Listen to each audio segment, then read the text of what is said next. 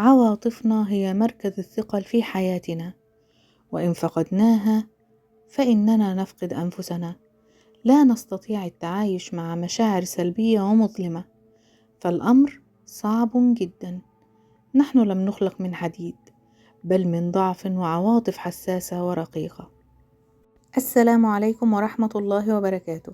أهلا بكم أصدقائي في قصة جديدة من قصص وحكايات داليا سلام، وإن شاء الله قصة النهاردة تحوز إعجابكم وناخد منها الحكمة والعبرة.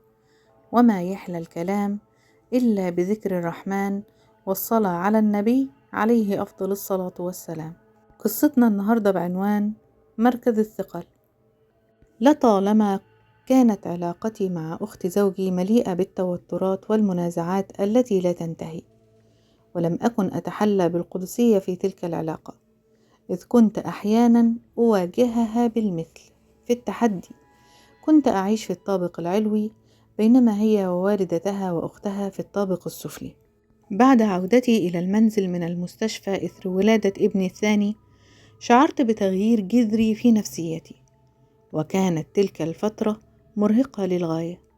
مع مرور الأيام بدأت أشعر بأنني أنهار ببطء، وأدخل نفسي في نفق مظلم من الكآبة يبدو بلا نهاية. حتى قهوة الصباح التي كنت أستمتع بتحضيرها فقدت كل تركيزها، وأصبحت مهمة شاقة. استمرت أخت زوجي في تصعيد الأمور دون أن تدرك أنني كنت أتعلم الانسحاب من تلك المعارك اليومية. حاول زوجي توضيح حالتي لها، مشيرا إلى أنني مرهقة بعد ولادة صعبة، لكن دون جدوى. بدأت تظهر بوادر الضغوطات النفسية أمامي، فقدت الاهتمام بكل شيء من حولي، وصار من الصعب الاعتناء حتى بالرضيع. وعندما استيقظت في الصباح كان ينتابني شعور بالهلع من كل الواجبات المتراكمة التي تنتظرني. زوجي إنسان طيب القلب، لكنه لم يكن لديه الكثير من الحيلة في التعامل مع الوضع. عندما زارتني أختي لم تتعرف علي، وبدأت تدرك أنني لست على ما يرام. كنت أعيش في عالم آخر، وقلت لها أنني أريد فقط النوم. كانت تلك الرغبة الوحيدة التي سيطرت على تفكيري. تراكمت المشاكل اليومية وصعوبة الولادة، مما أدخلني في حالة من الفراغ والظلام الدامس. لم أعد أرى معنى للحياة أو اهتمام بأي شيء حولي. لدي أخ يعيش في العاصمة، وهو إنسان حكيم، وزوجته رائعة وتساعده في كل شيء. بمجرد أن علم بأمري من أختي اتصل بي على الفور. سمعت نبرة القلق في صوته، وهو الذي كان دائما أكثر الأشخاص مرحا وشجاعة في عائلتنا. لم يمض وقت طويل حتى كان أمامي، وعندما استيقظت من نومي وجدته هناك ينتظرني.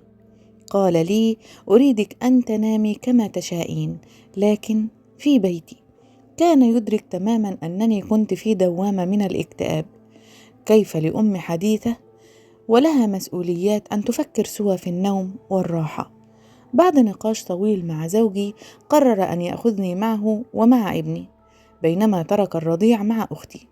قضيت حوالي 3 أشهر أعيش في عالم النوم، مع تناول بعض المهدئات التي وصفها لي الطبيب.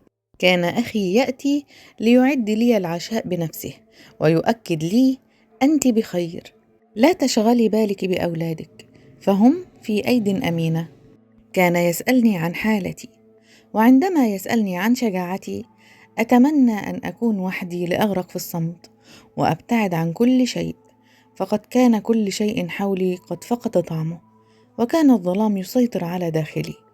ببطء بدأ ذلك الظلام يتلاشى، وكأن شعاع من الضوء بدأ ينفذ إلى عالمي.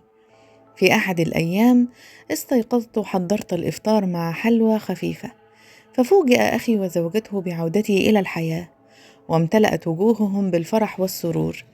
ابتسم لي أخي قائلا: هل خرجنا من النفق المظلم؟ فأجبته بفرح لم يعد موجودا. وأنا في طريقي للعودة إلى منزلي تفكرت في كم من شخص انهار ولم يجد سندا، وكم من شخص استقال من عمله بسبب الإساءة أو الضغوطات النفسية. كم من طالب وطالبة انسحبوا من دراستهم لأسباب مشابهة. حذاري من الإساءة والترصد، فكل شخص تتأذى مشاعره يتأذى معه أحباؤه، لأن المعاناة لا تقتصر على الفرد بل تمتد لتشمل من حوله. عواطفنا هي مركز الثقل في حياتنا، وإن فقدناها فإننا نفقد أنفسنا. لا نستطيع التعايش مع مشاعر سلبية ومظلمة، فالأمر صعب جدا. نحن لم نخلق من حديد، بل من ضعف وعواطف حساسة رقيقة. المثير للاهتمام أن ديننا الحنيف دين المعاملة الطيبة وجبر الخواطر، يذكرنا دائما بأهمية التعاطف والرفق. كل تفاصيل السيرة النبوية تؤكد على أهمية التسامح. نحن عابرو طريق فقط، فلنحافظ على مركز الثقل لكل واحد منا، ولنكن سندا لبعضنا البعض في بعض الأوقات الصعبة. وبكده تكون خلصت قصة النهاردة، ويا رب تكون عجبتنا وأخذنا منها الحكمة والعبرة. وأشوفكم على خير في قصص كتير إن شاء الله شيقة وممتعة. والسلام عليكم ورحمة الله وبركاته.